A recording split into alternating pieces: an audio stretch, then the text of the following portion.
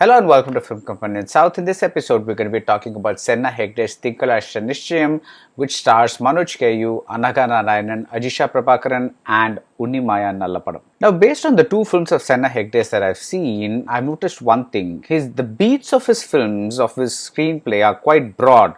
But what really matters are the specifics that he fits into these broad beats. Senna's second film, which is the first film of his that I saw, was Katheyondu Shuruvagide, and that is in Kannada, and that was about a US returned yuppie who opens a resort in the hope of finding himself. Senna's latest Thinkalazhcha Nishchayam is in Malayalam, and it is exactly what the title says. The story is about an engagement that is supposed to take place on Monday. The girl's name is Suja and she's played by Anagha Narayanan, and the story is about her father's efforts to make this engagement happen before the groom-to-be flies off to Sharjah where he works. Now, why is his father, played by Manoj Ku, so desperate for this engagement to happen? Because his older daughter had a love marriage and he was dead against it, and he wants to make sure that at least this time he gets his say in who the girl marries. But it's not that simple. In Senna's world, the protagonist, whether it's the lead character, the yuppie in Katheyondu Shuruvagide,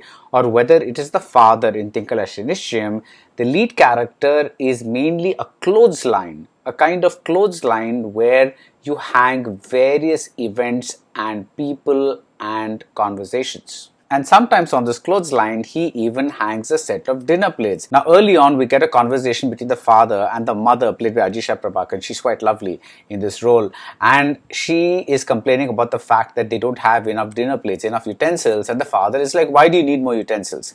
Now, this is a very casual conversation. It's just like one casual bit between husband and wife. They've been fighting about it for a long time, like a small fight. But the payoff for the seemingly inconsequential conversation comes many scenes later. It's when the guests start arriving for the engagement and they find that they have to wait in line to eat because the existing plate, the existing utensils are being used by people, and that is why the mother wanted more plates, more utensils. You could have done many things with this. The mother could have flashed an angry look at the father, or a dialogue could have come like, I told you so. But no, the event itself is what tells us, what reminds us of that earlier conversation. This was the texture of Katheyondu Shuruvagide, and that's the texture of this film as well.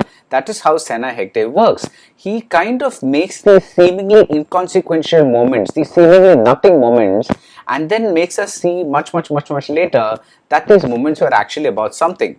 Bitter gourd curry, a shaky dining table that becomes a kind of metaphor for the father's despair, the sounds from a local loudspeaker, many cups of black tea, Bengali migrant workers, the fact that there is a character who is either a man named Manish or a girl named Manisha, a muruk that a man relishes, which is made by a women's cooperative, a woman's right to visit Sabarimala even if she herself thinks it's a sin, but the way she says this, the way she puts this across, all of this becomes part of the universe of the movie. The most interesting scene, the scene that lays out the visual and the tonal grammar of the film, is the opening film where we seem to be at a bus stop. There are two men talking about a man named Suni. We don't know who this guy is. That is how the characters are laid out through offhand conversations that are then filled up later. Now, the cinematographer is also the writer, Sriraj Ravindran. That is some impressive double duty that someone is doing. This opening scene is a master shot, right? It's a wide shot that covers everything,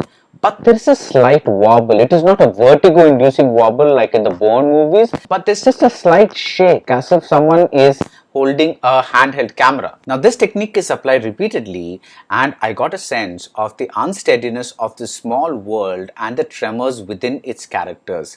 The conversations and the events, they happen between the many permutations and combinations of characters, and they're simply superb. Now, there is a scene where this man that Suja loves, this is the girl who's going to get married soon, or rather engaged soon. There's a scene where this man tells her that he is only pretending to be brave. And what came to my mind was an earlier scene where the father unleashes all his bravery on his wife. This is the utensil scene, and then runs like a mouse into his house when he sees the local moneylender approaching because he owes the man some money. These little connections are simply wonderful. I got a big laugh when the wife stands up to the moneylender and exhibits more bravery than her husband just did. But there is one character, an explicitly comic character played by Ranji Kankol, and I felt that maybe he was a little tonally off because I felt that the situational humor elsewhere worked much better. Then again, Thinkalazhcha Nishchayam is more mainstream than your average Malayalam New Age movie. In fact, you could call it a cross between a broad Priyadarshan comedy and the New Age Malayalam dramedy, which is what makes it so special and so wonderful. So you get the broad beats and the laughs from the Priyadarshan world, but you also get the nuance from the New Age Malayalam movies, the nuance in the New Age Malayalam dramedies. The happily ever after in this film feels genuinely earned, especially after the patriarch is put in his place in the most unexpected manner. So that's it about Thinkalazhcha Nishchayam. If you like this video, do subscribe to Film Companion South and see you soon at the movies.